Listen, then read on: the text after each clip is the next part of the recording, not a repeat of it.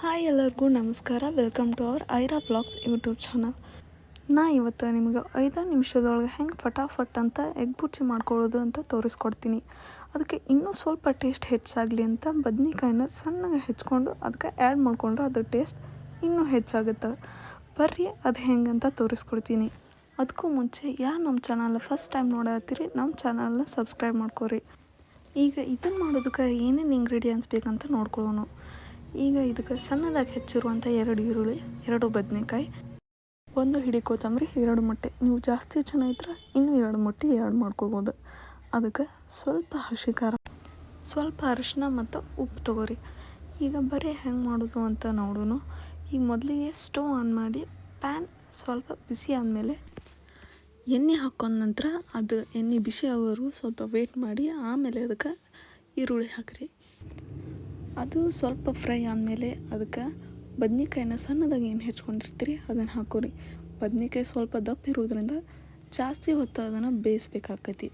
ಎಣ್ಣೆ ಒಳಗೆ ಸ್ವಲ್ಪ ಆ ಕಡೆ ಈ ಕಡೆ ಬಾಡಿಸಿದ್ರಂದ್ರೆ ಅದು ಸ್ವಲ್ಪ ಕರಗಿದ್ರೆ ತಿನ್ನೋಕೆ ರುಚಿ ಆಗ್ತೈತಿ. 2 ಎಗ್ ಬದಲು ನೀವು 4 ಎಗ್ ತೊಗೊಂಡಿದ್ರಂದ್ರೆ ಹಾಗೆ ಈರುಳ್ಳಿನೂ 2 ಈರುಳ್ಳಿನ ಜಾಸ್ತಿ ಮಾಡ್ಕೋಬೇಕು, ಹಂಗೆ ಬದ್ನಿಕಾಯಿನೂ ಜಾಸ್ತಿ ಮಾಡ್ಕೋಬೇಕು. ಹಂಗೆ ಜಾಸ್ತಿ ಮಾಡ್ಕೊಂಡಾಗ ಮಾತ್ರ ಅದಕ್ಕೆ ಅದು ಪ್ರಮಾಣ ಕರೆಕ್ಟ್ ಆಗ್ತೈತಿ, ತಿನ್ನೋಕ್ಕೂ ರುಚಿ ಆಗ್ತೈತಿ. ನೀವು ಅದನ್ನು ಜಾಸ್ತಿ ಹಾಕ್ಕೊಂಡಷ್ಟು ಜಾಸ್ತಿ ಹೊತ್ತು ಬಾಡಿಸ್ಬೇಕಾಗುತ್ತೆ. ನೀವು ಇದಕ್ಕೆ ಬೇರೆ ವೆಜಿಟೇಬಲ್ಸ್ನೂ ಆ್ಯಡ್ ಮಾಡ್ಕೋಬೋದು. ಬೀನ್ಸ್, ಗಜ್ರಿ ಈ ಥರ ಇನ್ನೂ ಯಾವ ಬೇಕೋ ಅದನ್ನ ಆ್ಯಡ್ ಮಾಡ್ಕೊರಿ. ಆ್ಯಡ್ ಮಾಡಿಕೊಂಡು ಎಲ್ಲ ವೆಜಿಟೇಬಲ್ ಸ್ವಲ್ಪ ಕರ್ಗು ಹಂಗೆ ನೀವು ಎಣ್ಣೆ ಒಳಗೆ ಫ್ರೈ ಮಾಡ್ಕೊರಿ. ಈಗ ಅದಕ್ಕೆ ಎಷ್ಟು ಹಸಿ ಖಾರ ಬೇಕು, ನೀವು ಎಷ್ಟು ಖಾರ ತಿಂತೀರಿ ಅದ್ರ ಮೇಲೆ ಖಾರ ಹಾಕೋರಿ. ನಾ ಇಲ್ಲೇ 2 ಎಗ್ಗಿಗೆ 2 ಟೇಬಲ್ ಸ್ಪೂನ್ ಖಾರ ಹಾಕೊಳತ್ತೀನಿ. ನೀವೇನಾರ 4 ಎಗ್ ತೊಗೊಂಡಿದ್ರೆ ಅಂದ್ರೆ ನೀವು ಸ್ವಲ್ಪ ಖಾರ ಜಾಸ್ತಿ ಹಾಕೋರಿ. ಅದು ಖಾರ ಜಾಸ್ತಿ ಹಾಕ್ಕೋಬೇಕಂತೇನಿಲ್ಲ, ನಿಮ್ಮ ಟೇಸ್ಟಿಗೆ ಅನುಗುಣವಾಗಿ ನೀವು ಖಾರನ ಹಾಕ್ಕೋಬೇಕಾಗತ್ತೆ. ನಾವು ಸ್ವಲ್ಪ ಖಾರ ಜಾಸ್ತಿ ತಿನ್ನೋದ್ರಿಂದ ನಾನು ಸ್ವಲ್ಪ ಖಾರ ಜಾಸ್ತಿ ಹಾಕ್ಕೊಳತ್ತೀನಿ.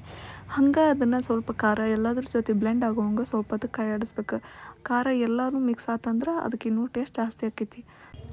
ನಾ ಇಲ್ಲೇ ಹಸಿ ಖಾರ ಹಾಕ್ಕೊಂಡೀನಿ. ನೀವೇನಾರ ಹಸಿ ಖಾರ ತಿನ್ನುವರ ಆಗಿರ್ಲಿಕ್ಕಂದ್ರೆ ಒಣ ಖಾರನೂ ಹಾಕ್ಕೋಬೋದು.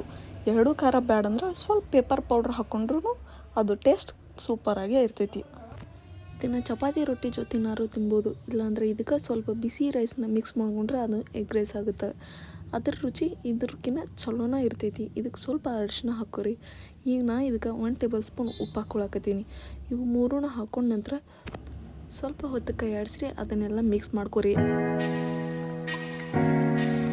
ಈ ಅಂಡ ಬುರ್ಜಿನ ಇದೇ ಥರ ಅಂತಲ್ಲ, ಇನ್ನೂ ಬೇರೆ ಬೇರೆ ಥರ ತುಂಬ ವೆರೈಟಿಯಾಗಿ ಮಾಡ್ಕೋಬೋದು. ಆದ್ರೆ ನಾ ಇಲ್ಲಿ ಹೆಂಗೆ ಸಿಂಪಲ್ಲಾಗಿ ಮಾಡ್ಕೋಬೋದು ಫಟಾಫಟ್ ಅಂತ 5 ನಿಮಿಷದಾಗ ಹೆಂಗೆ ರೆಡಿ ಮಾಡ್ಕೊಳ್ಳೋದು ಅಂತ ತೋರ್ಸಾತೀನಿ. ನಿಮಗೆ ಬೇಕಾದರೆ ಇದಕ್ಕೆ ಇನ್ನೊಂದು ಸ್ವಲ್ಪ ಬೇರೆ ಬೇರೆ ಪೌಡ್ರ್ಗಳನ್ನ ಹಾಕ್ಕೋಬೋದು. ನೀವು ಪೆಪ್ಪರ್ ಪೌಡರ್, ಜೀರಾ ಪೌಡರ್ ಹಾಕ್ಕೋರಿ. ನಾನಿಲ್ಲಿ ಅವು ಏನೂ ಇಲ್ಲದೇ ಸ್ವಲ್ಪ ಇದ್ದಿದ್ದ ಇಂಗ್ರೀಡಿಯೆಂಟ್ಸ್ ಒಳಗೆ ಹೆಂಗೆ ಪ್ರಿಪೇರ್ ಮಾಡ್ಕೊಳ್ಳೋದು ಅಂತ ತೋರಿಸ್ಕೊಡತ್ತೀನಿ. ಈಗ ನಾವು ಎಗ್ ಆ್ಯಡ್ ಮಾಡ್ಕೊಳ್ಳೋಣ.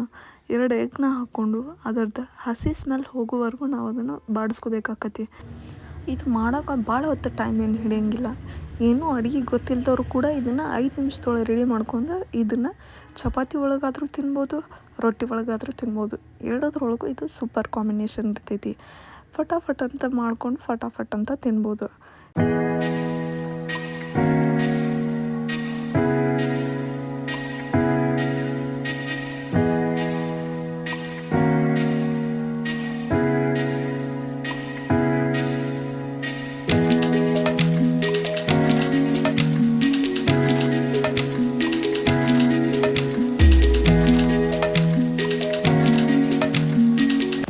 ಒಂದು ನಿಮಿಷ ಬಾಡಿಸಿದ ನಂತರ ಇದು ಹಿಂಗೆ ಕಾಣುತ್ತೆ. ಈಗ ಅದ್ರ ಮೇಲೆ ಸ್ವಲ್ಪ ಕೊತ್ತಂಬರಿ ಉದುರಿಸಿದ್ರೆ ಈ ರೆಸಿಪಿ ಇಲ್ಲಿಗೆ ಮುಗಿತೈತಿ.